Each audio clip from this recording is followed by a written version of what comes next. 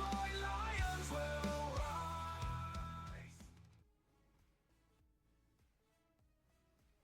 All right, if you guys haven't noticed by now, look, the NFL has no idea what's coming next with the Detroit Lions. I've got to tell you, the recent moves have left a lot of fans speechless and not in a good way.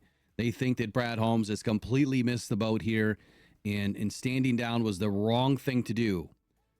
But I can affirm that when I explain everything that the Lions have just done and are about to do, why this free agency is just as impactful as any others in the NFL.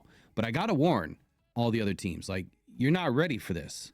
You're not. The Detroit Lions are poised to absolutely capitalize on the 2024 season success and the lesson of resiliency and development of the roster that they had last season that largely is staying the same here in 2025. So we look ahead every year, you know, and we're into 2025 this season. So we look ahead and we wonder, you know, what is Brad Holmes going to do? I mean, we finished last year with a lot of injuries. He's more or less, he's going to have to improve the roster, right? He's going to go out and sign these big name free agents, which, I mean, there's still a couple of bigger names out there that haven't been signed yet. So there's always an opportunity for that. You know, one or two players could find their way onto this team, but it's abundantly clear the Detroit Lions front seven is now poised to dominate in 2025. Completely dominate. Like, it's an impressive roster when you really look at it. I mean, we have talents like Aiden Hutchinson, who should come back.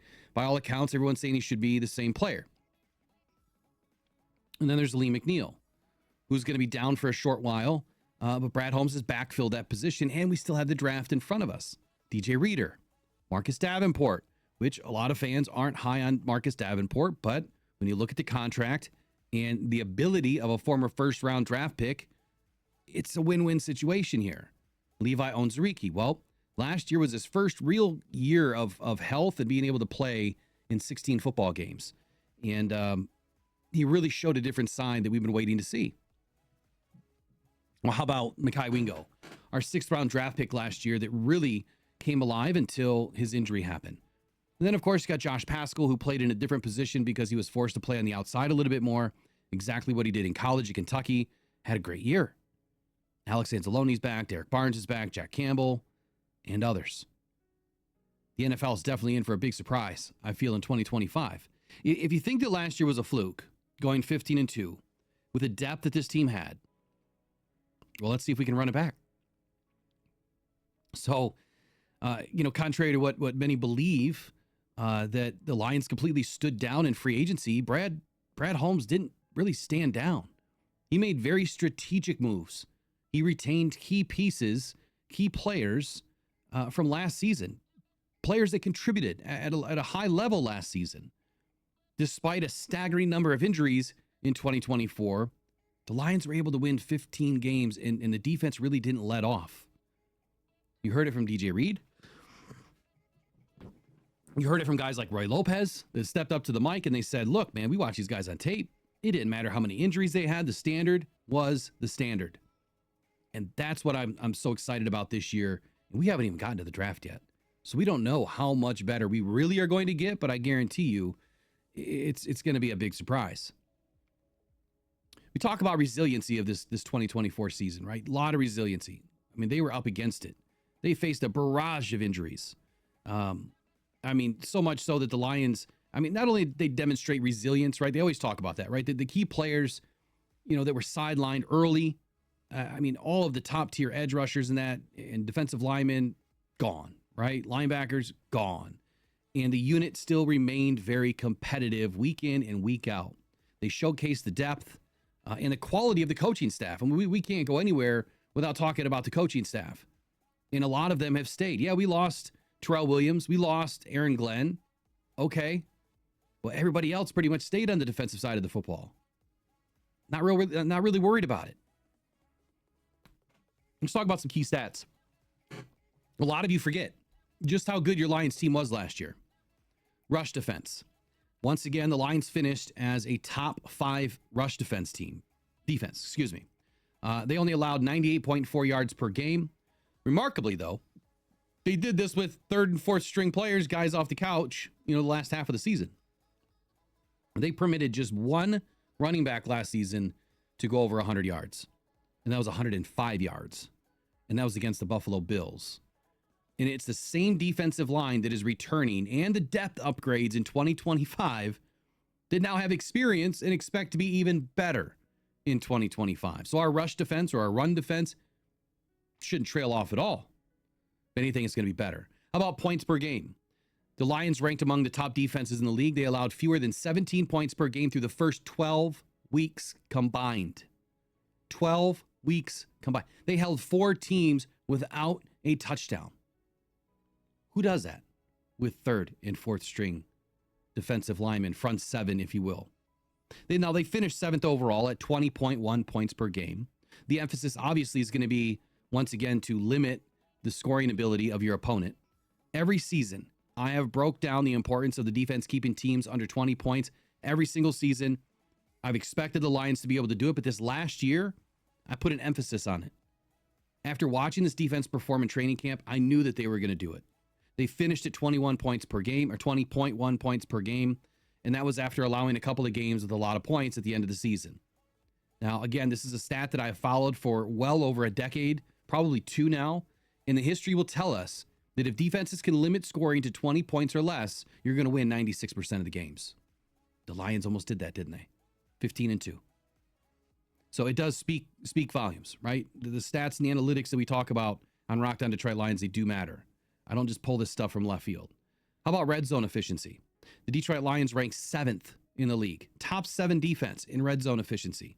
They allowed touchdowns on just 50.9% of red zone opportunities to opposing offenses. This ability to tighten up in critical situations, critical moments in the game, obviously that is going to be a cornerstone of their defensive strategy moving forward into 2025. The Lions let up some big plays. They did at times, especially more passing yards between the 20s. We get it though, right? Largely that was due to what? The Lions are playing with a big lead. They go to this bend but don't break defense that Aaron Glenn called. It allows teams to kind of move swiftly between the 20s, and then bang, they tighten up in the red zone. And the Lions just don't allow anybody to score. Now, I expect Calvin Shepard to be a little bit different this season. I'm expecting him to kind of do away with this mentality of, bend but don't break. Let's keep the foot on the throat, right? Play consistent defense for 4 quarters and try to stop these guys at all costs, all the time, just less blitzing. That's what I'm expecting out of Calvin Shepard, but I'm also expecting the red zone efficiency to be right where it is or better. How about third down defense? The Lions were the best in the league, allowing a conversion rate of only 32.4% on third downs. With a similar defensive strategy in place for 2025, which I'm expecting, again, this is Calvin Shepard adopting an Aaron Glenn defense, a lot of the same players. He's going to put his own spin, his own twist on it, but I believe that they're poised to continue dominating in this area, which is a very large measuring stick for what your defense can and will do in critical down and distance situations. Last season, the Lions shut down opponents at the goal line, mind you, in multiple games where they've gotten all the way down to the goal line and even gotten a first down. And the Lions stop them through 4 downs. And then the refs throw a penalty flag on 4th down, give them a brand new set of downs. And the Lions shut them out again. How many times did you see that happen? I know at least once, one game where they went through 8 downs at the goal line from like the 5-yard line in, settled for a field goal. Pretty crazy. Third and fourth stringers doing that. How about sacks? I know it's a conversation a lot of you like to talk about sacks. Now, despite the Lions only recording 37 sacks in 2024, which ranked near the bottom third of sacks in the league, the Lions managed to do this while battling catastrophic injuries to the defense. 14 players on IR in week 18 alone. 14. And the large majority of your top tier edge rushers and your pass rushers, Aiden, Marcus Davenport, Lee McNeil, all of these guys were gone by week 14, right? Aiden was gone by week 6. So going through the season with very limited amount of defensive front 7 players that were starters at the beginning of the season, Well, that didn't bode well for the Lions, but I do believe the manufacturing of, of pressure and Aaron Glenn constantly trying to blitz, that doesn't bode well for sacks. That doesn't bode well for a defense that is just trying to prevent teams from scoring and prevent teams from running the football, because they're able to pass all over you when you do that. However, the Lions were still able to produce at a high level. It proves once again that the 2024 defense is exactly what Brad Holmes wanted back in 2025. And then there's turnovers, which I think we all know what happened here, right? The Lions generated 16 turnovers. That wasn't the best in the league, but they definitely demonstrated the ability to create opportunities for the offense and to make big stops on the defense when needed. With the return of the league's top safety duo, we got Brian Branch and Kirby Joseph coming back for 2025, at least as of right now at the time of recording this. Kirby racked up 9 interceptions last year. He led the league in interceptions. Brian Branch, he rolled back to safety for his first season in the NFL. I mean, one of the best in the league. Literally, these guys are ranked 1 and 2. Some people had him at 1 and 3, with McDuffie in there at 2. But the recent signing of DJ Reed, in the second season of Terry and Arnold, expecting a big jump from that guy, right? And Amik Robertson, who, man, when he was thrown into the fold, having to cover on the outside, he played extremely well. We have a top-tier secondary unit heading into 2025. Top tier. Probably the best. Matter of fact, I'm expecting the Lions to lead the league in takeaways in 2025. You can bank it. Now, Brad Holmes has been very strategic. A lot of you say that he's been an idiot, right? You say that he's not doing anything. He's not doing enough. I don't know that I'd go that far. I think that what Brad Holmes has proven and what he's given this team and the fan base and the city over the last 4 seasons has been better than what we've witnessed over the last 4 decades combined. Now, he's made it, or made astute moves, if you will. Not these big, bright, flashy, expensive moves, but he's ensuring that the defensive line remains intact. He's making sure the defensive line is robust enough heading into 2025 that they can continue to do what they just finished doing. He's been very strategic with the re-signings and the signings. It's not just about retaining talent, any talent. They are a testament to his commitment to retaining and developing draft picks and building a deep, versatile roster that is capable of withstanding the rigors of an NFL season, which we just witnessed, right? We just witnessed all of these injuries. If Brad did not build the team like he is right now today, like he did last year, this team does not win 15 games. Matter of fact, we know that in the NFL, injuries are inevitable. It's not if, it's when. It's going to happen. But a deep roster can be the difference between a playoff run, making the playoffs, right, or an early exit, which is what the Lions have always done. My entire life was an early exit sometime in November after Thanksgiving. We're already looking forward to the draft. Not anymore. But it's Holmes' foresight, right? Retaining these key players, ensuring that the Lions can weather any storm. Big storms last year, giant storms. Maintaining the defensive schemes, right? So they don't have to do a bunch of change. Regardless of injuries, they can just run. They can do it. This was evident in 2024 because as the injuries became too much at the very end, you still seen a team or witnessed a team that no matter who was in there, they were able to operate. And there's a difference between being an operator and someone just going in and kind of going through the motions. The Lions were still operating at a high level. Now becomes the emergence of Calvin Shepard and why I say that the NFL is not ready, right? They have no clue what's about to happen next with the Detroit Lions. One of the most exciting developments for the Lions is the promotion of Calvin Shepard in the offseason when Aaron Glenn moved off to be the head coach of the New York Jets. Now, his understanding of the game, combined with his ability to connect with the players, being a former player himself, it's going to be vital for the Lions, right? Obviously, the preparation that's going into 2025 already. Shepard, he steps into this pivotal role.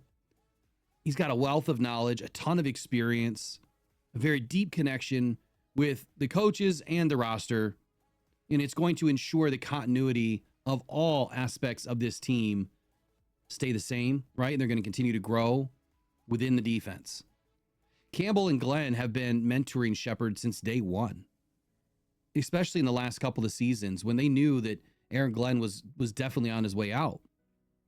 And Aaron Glenn said this back in December. He said, having Shep there with me, he's been there from the beginning. And he knows exactly what I think.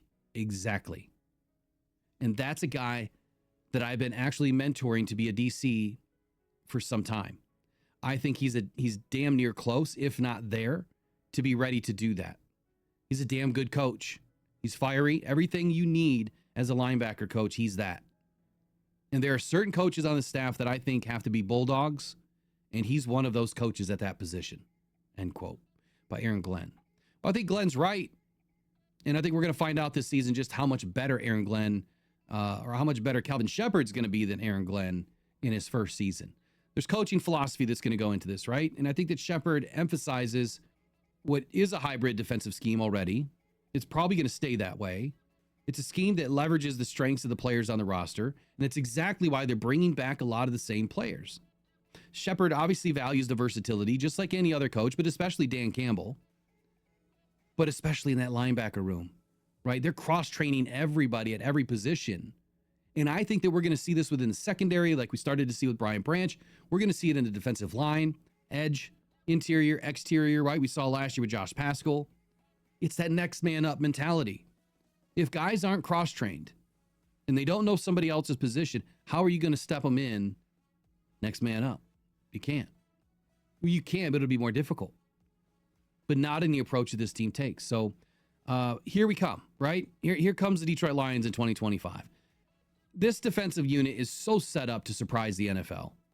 Strength, depth, strategic ingenuity, resilient performance in 2024 despite the injuries, crucial re-signings by Brad Holmes, and some additions like Roy Lopez, bringing back Miles Adams, innovative leadership by Calvin Shepard, someone that's been learning for a long time.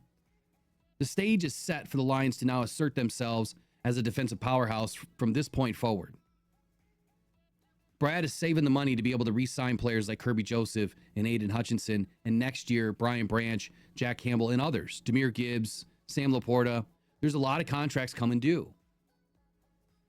Now, the NFL may indeed be unprepared, because I think that they are, right? They're out here spending all this big money on all these big names, and they're forgetting to do the most important thing, which is buckle up, because you're about to witness greatness in 2025. Here we come.